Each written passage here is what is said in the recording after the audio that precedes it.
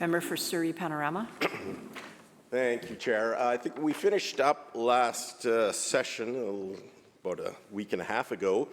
We were talking about the resources and what we're doing with the active deportation orders and the overstays.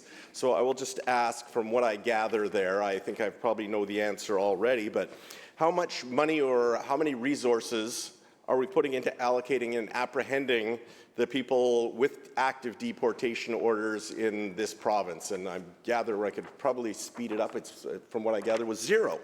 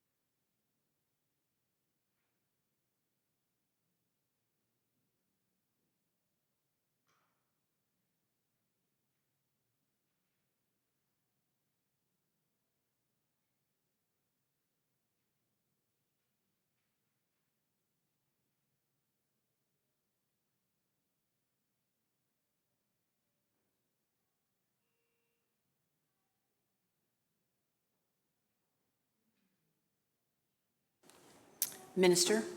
Thank you very much, Chair, and thank you to the member opposite for the question.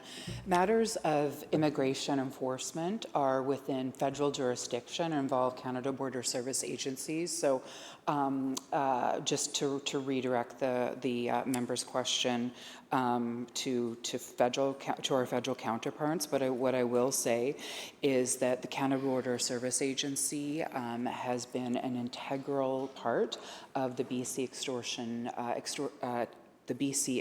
Task Force and has been collaborating with police to a degree that we've never seen before in this province and indeed in Canada on matters related to extortion. And it was reported as of May 14th that the CBSA Pacific region has now opened 116 investigations into individuals linked to extortion activity and issued 52 removal orders and removed 35 individuals from Canada. And so that work, those results speak to the really important collaboration that the ministry, that local and provincial law enforcement is doing with Canada Border Service agencies on extortion, a matter of great priority for our ministry.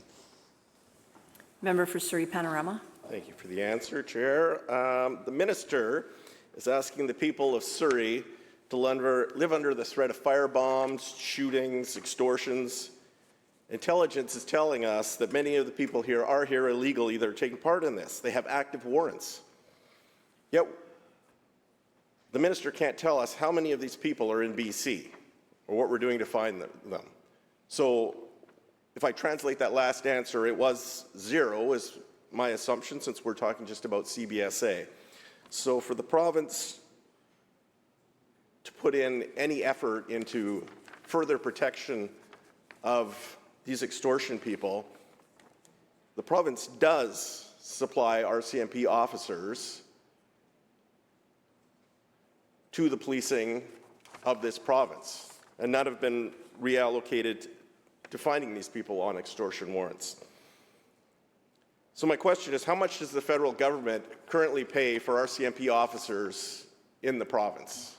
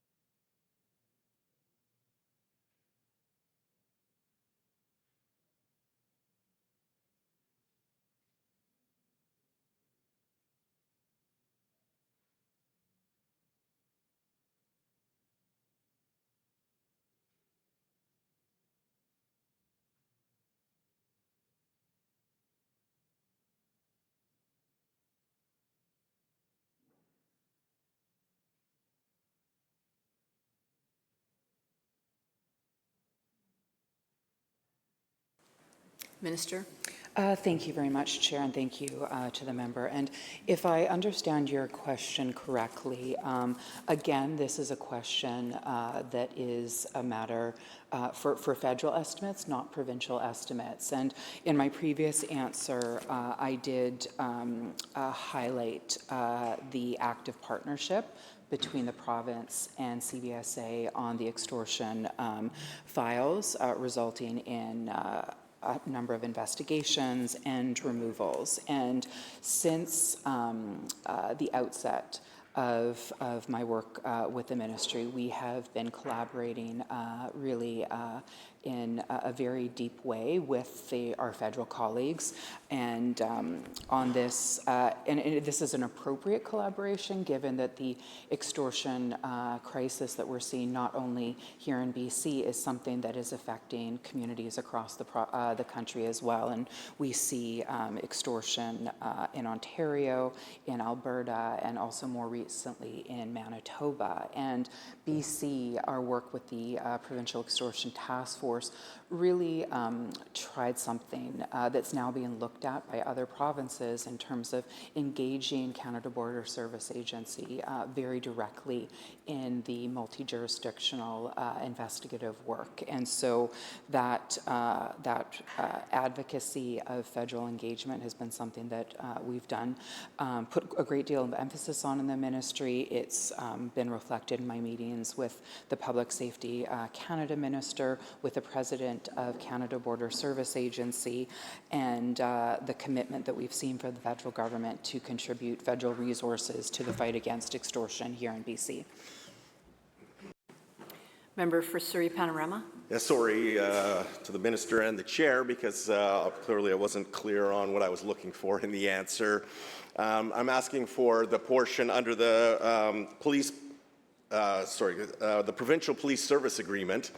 What is the percentage covered by the federal government of our policing, and municipal forces that contract, they get a percentage covered by the federal government of the cost of the RCMP, the provincial government as well. I'm curious as to those numbers. What is the percentage covered by the federal government for the RCMP services in British Columbia? Not to do with extortion at this point.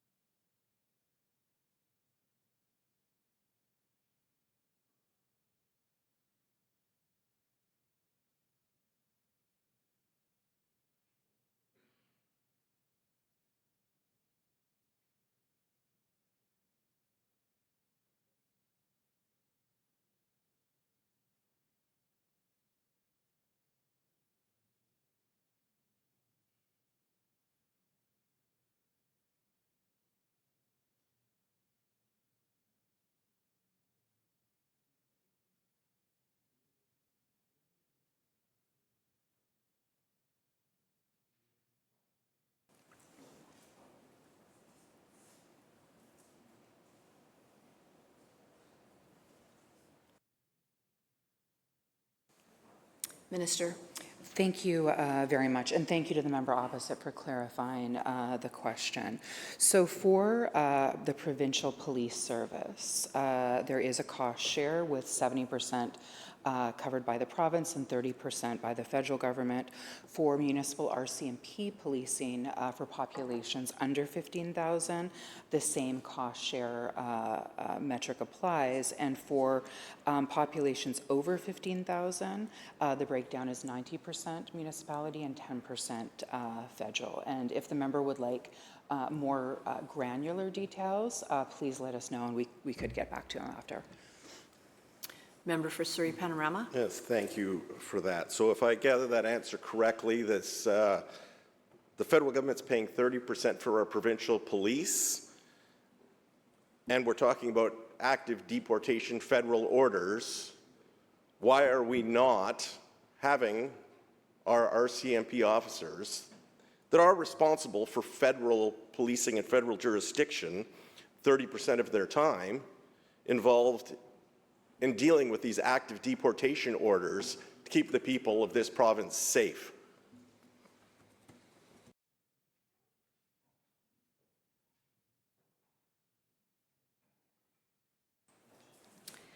Recognizing the Minister of Post-Secondary Education. Thank you, Madam Speaker. I seek leave to make an introduction. Shall leave be granted? Aye. Proceed. Thank you, Madam Speaker. I see that students from the Blessed Sacrament School from the Minister of Finance riding have made their way into the Legislature, so I just want to welcome you. We are currently in the process of estimates where the Minister of Public Safety and her critics are having an exchange back and forth about the budget for the ministry, and I hope you enjoy your time here in the Legislature as well as around Victoria today. So if the House will please join me in making them feel very welcome.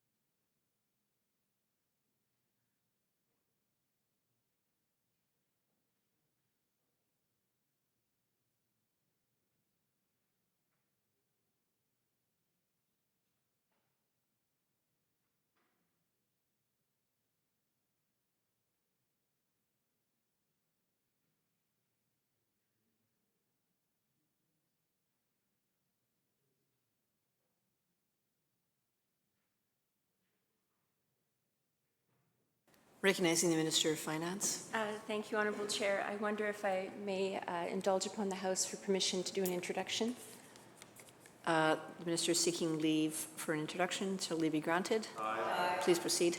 Thank you, Honourable Chair. It's a great honour that I have students here visiting from the riding of Vancouver South Granville.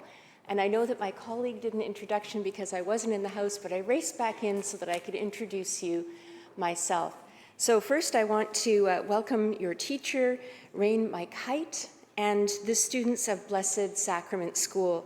This is a Roman Catholic French immersion school serving students between K and 7. And I'm not a native French speaker, but I'm going to give it a shot, so please forgive my errors. Bienvenue to tous les étudiants d'École Saint-Sacrament. Thank you very much for being here.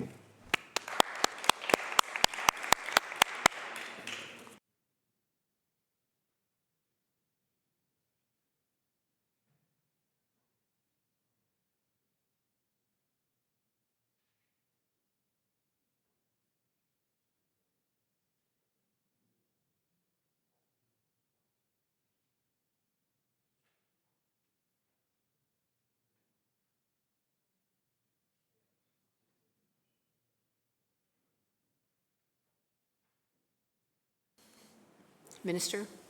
Thank you very much. The cost share that we're discussing right now of 70/30 represents a formula used for contract policing across the country. And the matter that the member is referring to in terms of the enforcement of federal deportation orders, this is a matter that falls under federal immigration jurisdictions, with Canada Border Service Agency being the lead enforcement agency in that work. And so that is why when we stood up the BC Extortion Task Force, given the national and transnational dimensions of those crimes, we felt it was so important to engage CBSA from the outset. And with the figures I've recently shared about the investigations and removals from CBSA from the Pacific region really speaks to the importance of that strong partnership and keeping our communities here in BC safe. Member for Surrey Panorama. Yes, thank you for the answer, Chair. I will say when I was policing, I actually did engage in the important work that CBSA does in removal of overstays and deportation warrants. Having worked border integrity, I know that RCMP will engage with that and take part in operations to deal with those issues. I am hoping that in the future that they can be engaged further to help deal with a very important topic to my community. My next question will be actually, and I think I've provided some of the questions before. Hopefully we have the answers that weren't available already, but around the helicopters, the minister has spoken about supplying an extra helicopter to the Lower Mainland around the extortion crisis. Has that actually been done?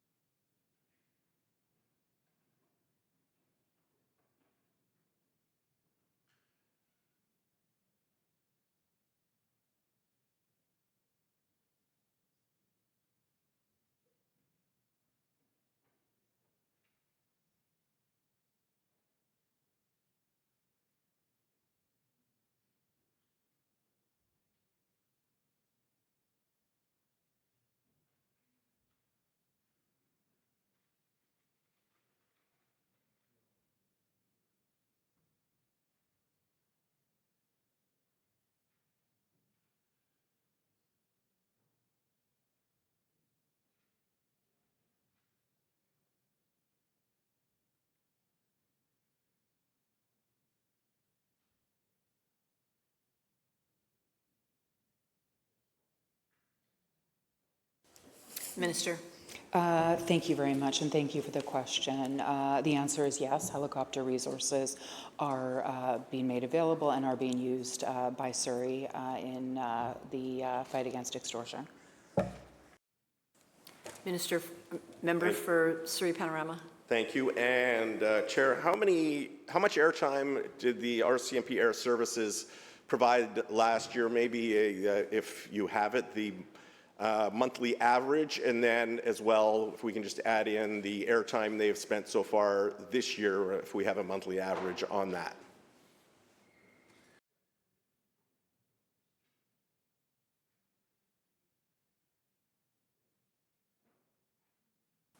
Minister. Thank you very much, Chair. In 2025, Surrey accounted for 171 Air 1 calls, and in 2024 accounted for 251 calls, making it the highest use jurisdiction in both years. I do not have a monthly average, but we would be happy to take that question on notice. Member for Surrey Panorama. Thank you. I'd just like to confirm, excuse me, if we have hours in the air, and also for this year, if we have the statistics for 2026 for the first few months. Minister. I'll take that under advisement. Thank you. Member for Surrey Panorama. And I did ask, I believe, if we're talking about the second helicopter. Do we have how many operational helicopters do we have in the Lower Mainland with Air Services?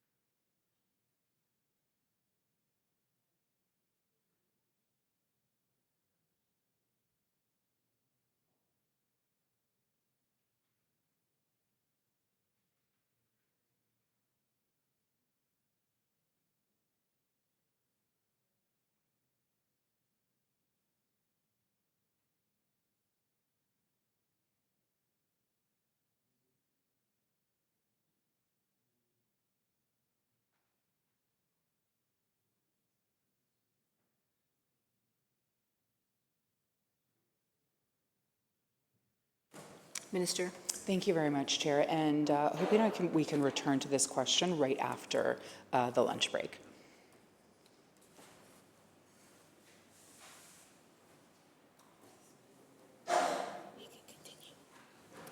Member for Surrey Panorama, we can continue. Do I ask for the, okay, yes, I'm more than happy to say we could adjourn and continue after lunch.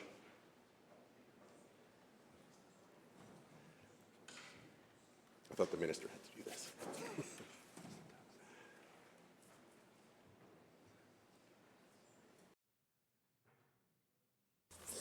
Minister. Thank you, Honourable Chair. I move that the committee rise and report progress and ask leave to sit again. Members, you've heard the question. Those in favour say aye. Those opposed, motion carried.